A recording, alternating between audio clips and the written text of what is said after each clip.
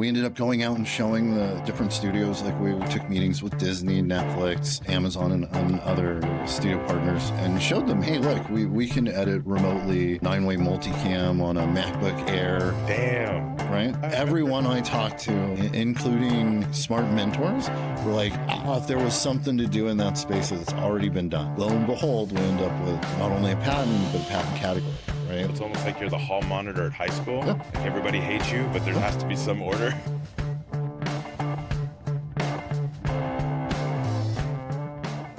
Let's dive in. Oh, all right. This is a special episode. Special. Why? Because it's the best episode ever because we got Doug Cavaliere. Is it Liere? Cavaliere. Is it Cavaliere? That sounds like such a white guy way of saying it. I know, right? Like probably it's pronounced different, but that's how Mom always. Is that how Mom said it? Cavaliere. Right. So you are the CEO of QSR Systems. Founder? Co-founder? How would you, because you were there since Jump Street. Yeah, I mean, I would say co-founder, founded by a gentleman named Rob Cloyd, a living legend in the industry, and a great mentor. But at a point, he decided to turn the keys over to me. Well, the keys were turned over a while ago. Yeah, some time ago. How long ago? About we're coming up on 10 years. Damn. Yeah. Damn. It's been over a decade, and you hit it during some interesting times because it's 2025. So you got it in 2015 or 2014? When I took over, it was still very much, the brick and mortar type rental house that had always been, right, where we built systems in our lab. We'd take them out to client sites. Everybody would come to the same location, edit there for the 10, 20, 30 weeks that they were editing. Okay. And then all go home in evenings, or some would sleep there, or some shows would run 24/7. They'd have multiple shifts, but they'd all be coming into a centralized building, right? So all pre-COVID. So it was pre-COVID? All pre-COVID. So funny enough, in those times, we had started to do dailies for competition reality, for large format reality shows. So we had Survivor. Yeah, Survivor, Beastmaster, Hyperdrive, like multi camera shows, right, where they're shooting 150, 200 cameras plus. What about BattleBots? BattleBots do a lot of cameras? BattleBots was up there. They were closer to the 100, 125 camera mark. Okay. But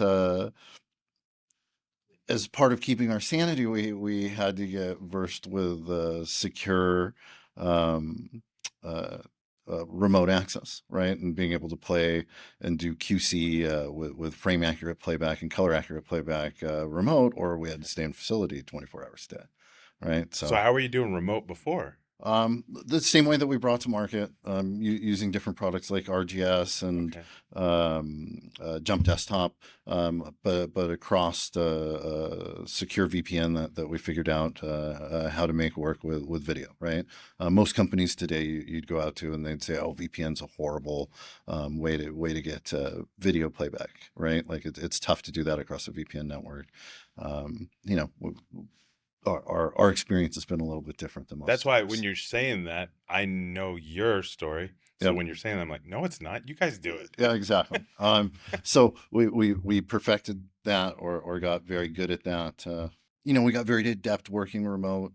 We ended up going out and showing the different studios. Like we took meetings with Disney, Netflix, Amazon, and other studio partners, and showed them, hey, look, we can edit remotely, 9-way multicam on a MacBook Air over a 4G iPhone in their boardrooms.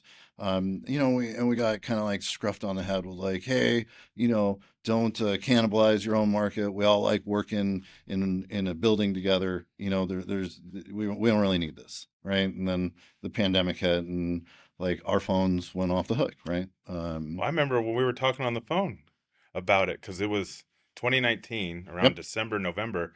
We were just talking about different things at that time. Just so happened that the pandemic hit, and then you kicked into something that you were kind of always playing with. Yeah, I mean, it was an exciting time technology-wise, right? Like Pandora's box quite literally got opened, and some rules that were supposedly set in stone got thrown out the window, and along everyone went. And it was a time really kind of to help everybody. There were some people that were doing hard drive workflows where they were sending drives home with everybody, so there were literally petabytes of data to duplicate for some clients, right? Other clients were gung-ho to go remote, and they had whole live shows that needed to be transitioned, right, from one location to another, into infrastructure that was better suited for hosting, right? Internally, we were figuring out how to prop up much more racks than we had ever done or thought of, and really switching models, right? Like we had never really hosted before, right? It had always been in client buildings. You fast forward to today, and it's metamorphosized, right? Like we'll host client-owned equipment today, right? Yeah. Where I think if we went back 10 or 15 years and asked any of the leads of rental houses, hey, would you let a client bring their equipment into your facility? It would have been a resounding no across the board. Why right? though? For those who wouldn't know, why wouldn't Because they? the rental house wanted to provide the gear. Oh, they just wanted their money. Yeah, Yeah, that makes right. sense. They're eating away Now at to their me, it's P&L. like, okay, if you don't need the equipment, but you still need the rack space along with the bandwidth, the HVAC, and then really most importantly, the application support that we include when you get that from us. That's the heavy piece, right? When companies, when a production company gets scrutinized to lower their operating expense, the first place they go is personnel, right? The first place within the personnel sweep seems to be support, right? It's really hard to run a production or post without support. Yeah. People try though. Yeah. Oh, they try it all the time. Do you have any war story you can share? Oh, I say, and I emphasize that you can share. yeah. I mean, not without not without people getting mad. There's yeah, I don't know what I can tell on that, Neil. People get sensitive. I know they do. It's because, yeah. Yeah. And they're probably still your clients. Yeah. So yeah, it makes sense. You try and keep them, but I You mean, try and keep them, yeah. there's clients that have gone out into ownership that have come back into rental. Okay. Right. There's a transition back and forth, and it kind of seems to be, um, uh, whether it's a CapEx market or an OpEx market, right? Okay. Usually, yeah, I don't, yeah. I don't know got where I you. was No, going no, with I that. know Yeah, you're yeah. thinking. I can see you in the Yeah, yeah, Rolodex. I'm But you're trying like, to, I can't do it. like, no, I can't like, say no, that. leave it. So prior to the pandemic, you Uh-huh. had competitors. Yep. How many actually came through it? Most of them made it. I'd say we probably lost about 10% of the rental Oh, not companies. as Or much as I would yeah, have thought then. Okay. it hasn't been too bad yet. I think a lot of them have downsized, Okay. right? But I mean, I guess they call it in this market right sizing, right? It's one way to, Yeah, that's the church nice it way. up. That's the nice way of saying it, Right right? But sizing. I mean, we're seeing it across the spectrum, right? Whether from Yeah. studio to VFX to production, to post, right? Like it's do more with less. It's kind of, well, it's been that, but then you get other projects where, They're excessive, yeah. right? Like it certainly doesn't feel like we're back to pre-pandemic. But I mean, there's always a challenge, right? Like this is one of those times in the market where I think you kind of have to evolve along with the market, right? Yeah. Like everywhere else, like you really need to present a value, right? Um, we're doing it through different lengths at QSR than I thought we would have. Again, 15 years ago, that Yeah. evolution has changed, right? I think we've taken on a lot more roles that would be traditionally, at least in my head, would have been like facility roles, Uh-huh. right? Where we just finished a capture project of it was like 15,000 XD cams and 60,000 digibeta tapes, right? Okay. Something like that for the normal facility, it would take them quite some time, right? We were able to do it in like 10 weeks, right? For those who wouldn't know, how is that significant? What you It's just said. processing 6 to 7,000 How would tapes it a usually week. take? Um, What you did in 10 weeks, what would it take another in that? I mean, you go out and ask different people, how long would this take you? And, I heard quotes between 12 months and 18 months. From 10 weeks. Yeah. Damn. Right. Yeah, yeah. But we did it not with any magic, just parallel processing, right? By Understood. being a mature company that has a large inventory, we created a system with 100 capture channels, right? So every hour we were capturing 100 tapes. Um, That's not QLab though. same group, Okay.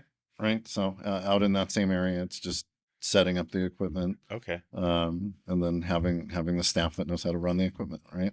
Yeah. Because during the pandemic, I remember we were talking about, remote editorial, Yep. and that's when you guys went, 10 toes down in that Oh yeah. market. It's grown significantly for us, right? Like we started with I think 10 racks of gear. Okay. We just did another renovation to our rack area, and we're up to 85 racks, Okay. right? So I mean, there's Having seen it, I know I could like, damn, that's cool. yeah, right. Like it's all lit now. Like each individual rack's lit. So like we've grown up from those racks that were kind of just over in a side area to now there's hot aisles and cold aisles, and right, like we're trying to grow up and build a proper data center. So, because we were talking about it even during the pandemic, people were trying to use that Da Vinci. Sure. Remember? Yeah, Because yeah, you yeah. could, The functionality within Resolve. yeah. We've ended up partnering with SohoNet, Okay. right? They were always viewed as such a premium brand in Hollywood, and they really didn't have a partner model, right? They were a direct market, Okay. right? Sometime back, I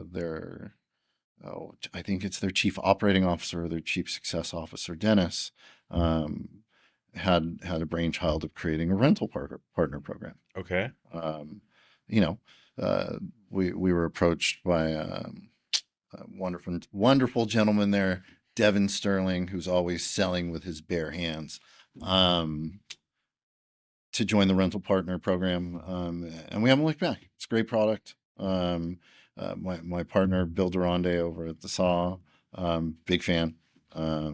He ended up introducing me to their CEO Chuck. Great guy. Like What's just selling with your bare hands? What's that reference mean? it's Devin's tagline in his signature, right? Where it's like, Devin Sterling, SohoNet, selling with my bare hands. And it's like, I always thought it was funny. So Okay. I give Devin a little shout out there. During that time, is that when you created or came up with the impetus of Hidden Pixels? Because Hidden Pixels, So yeah, it's like such just, oh my gosh. the accountability engine, and the ability to do the things that it would enable.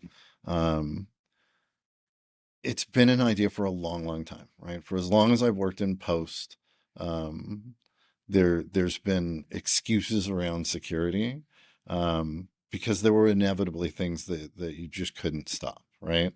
Really, the advent of the camera on the phone, Yeah. um, and post production create a security flaw, right?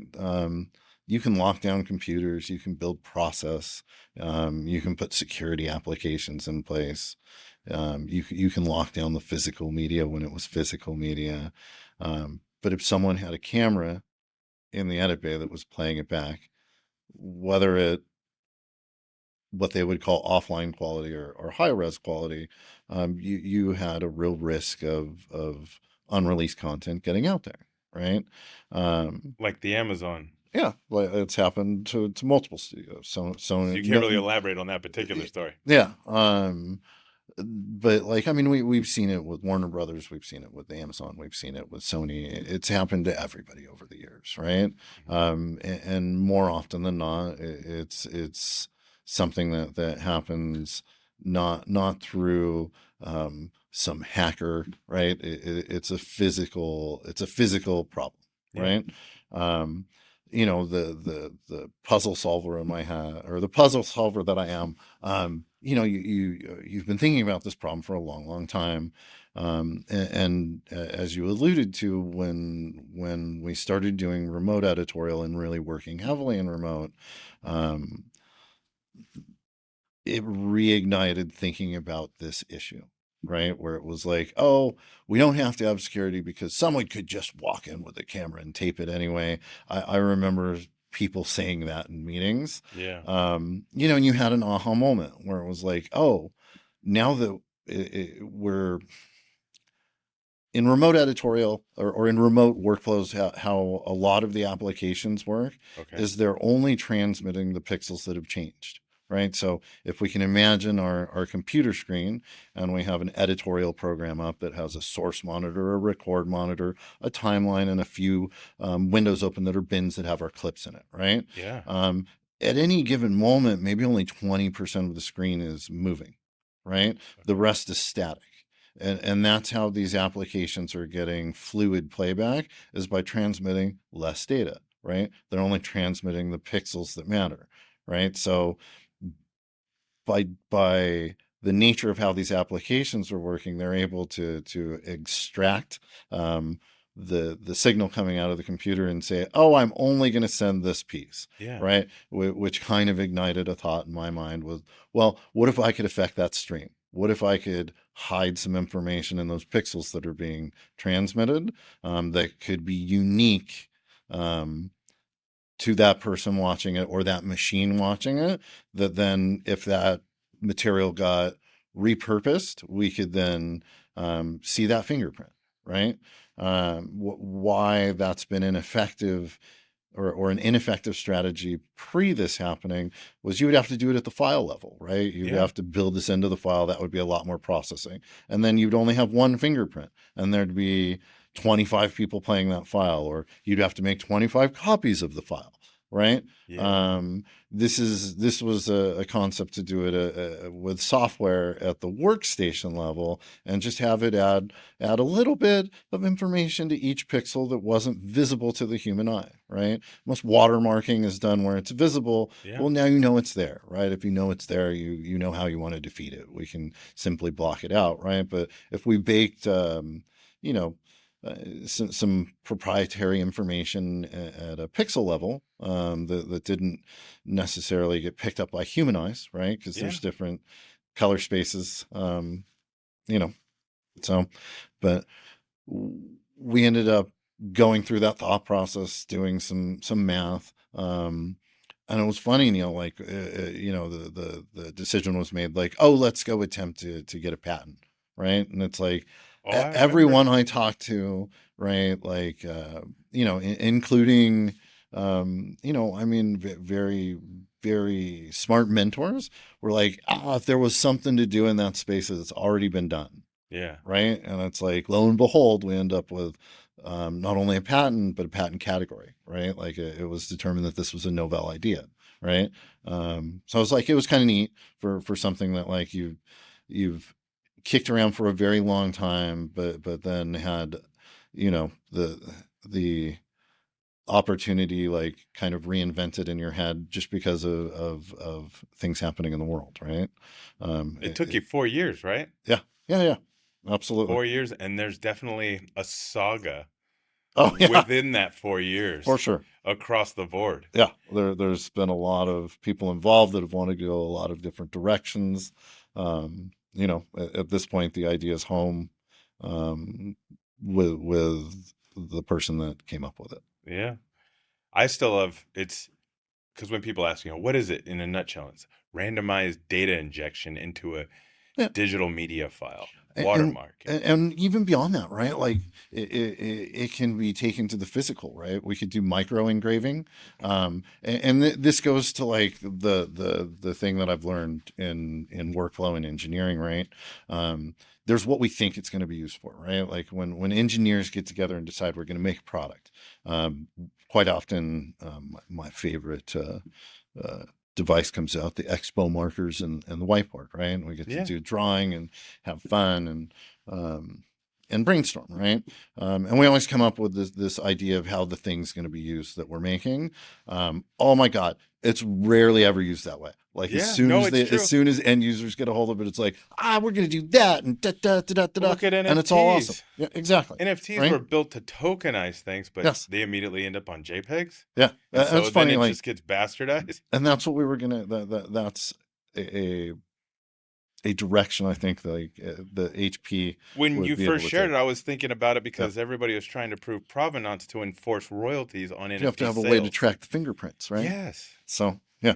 Oh, yeah. Um, Because at that time, too, there was a huge in the sense of the NFT, sure. crypto, blockchain world where there were a number of OpenSea resales Yeah. happening and nobody was getting their royalties. It's serializing something that's non tangible, creating value, right? It can be a one of one digital item. Yeah. Right. The other one, you'd go out and talk to anyone about the tech once you get the idea or the concept behind an accountability engine, right? And how it can be used, or at least how we think it can be used.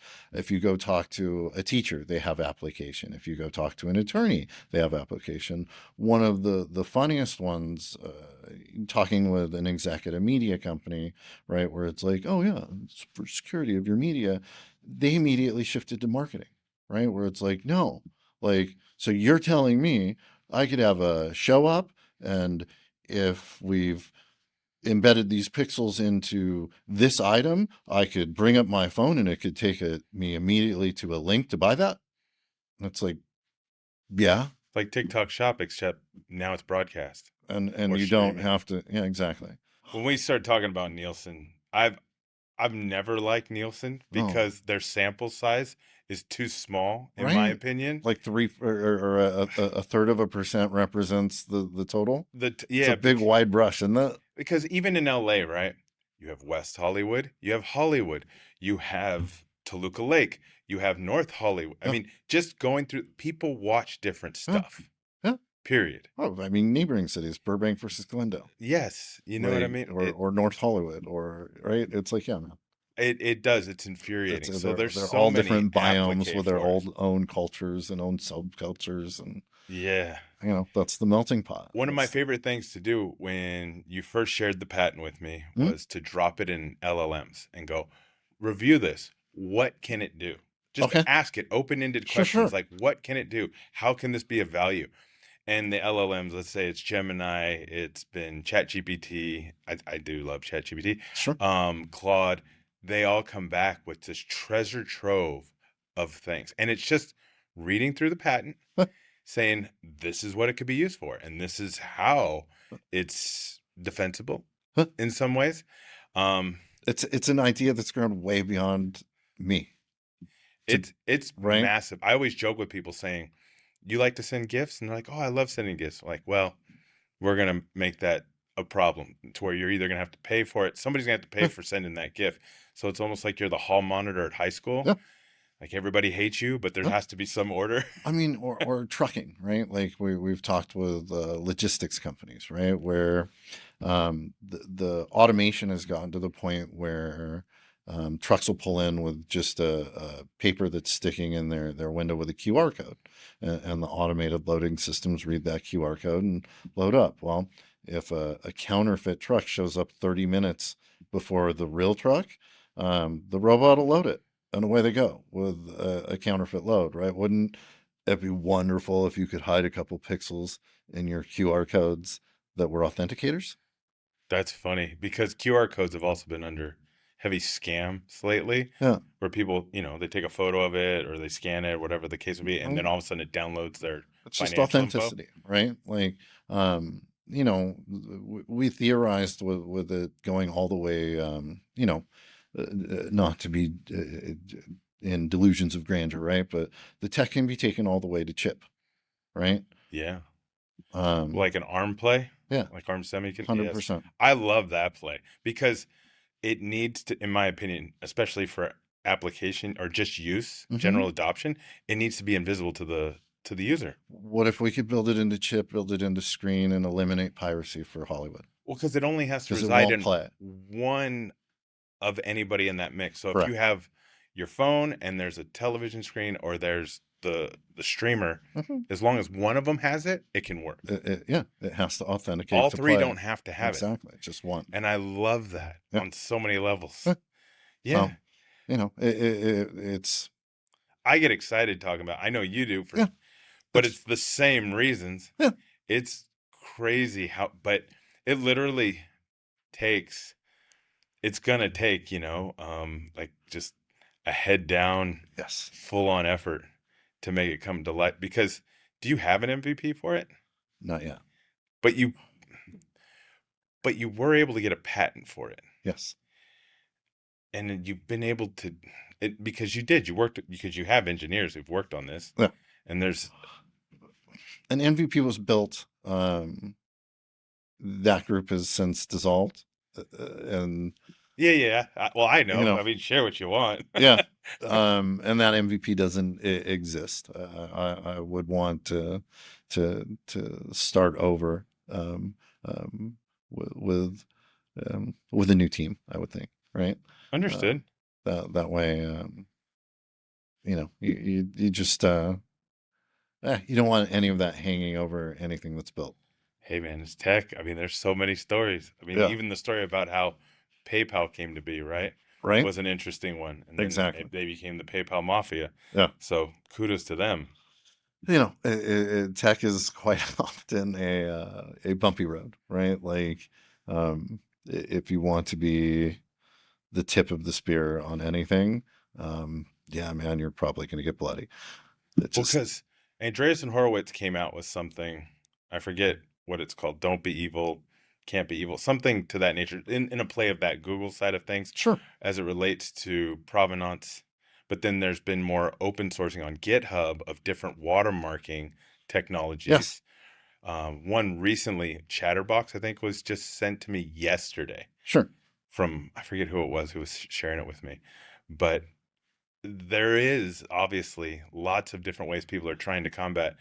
And there's people trying to undo it, right? Like, Oh yeah, let's say you build security into files, whether it's security or not, but there's major providers that when you push your data up to them, yeah. they use stenographic technology to dice up your file and remove, Stenographic technology. yeah, or Elaborate. scanning. So it's a type of scanning files, as like you're bringing them into like object-based storage, let's say, Okay. to look for malicious code, right? Yeah. In our MVP, that was identified as malicious code, like these hidden pixels, right?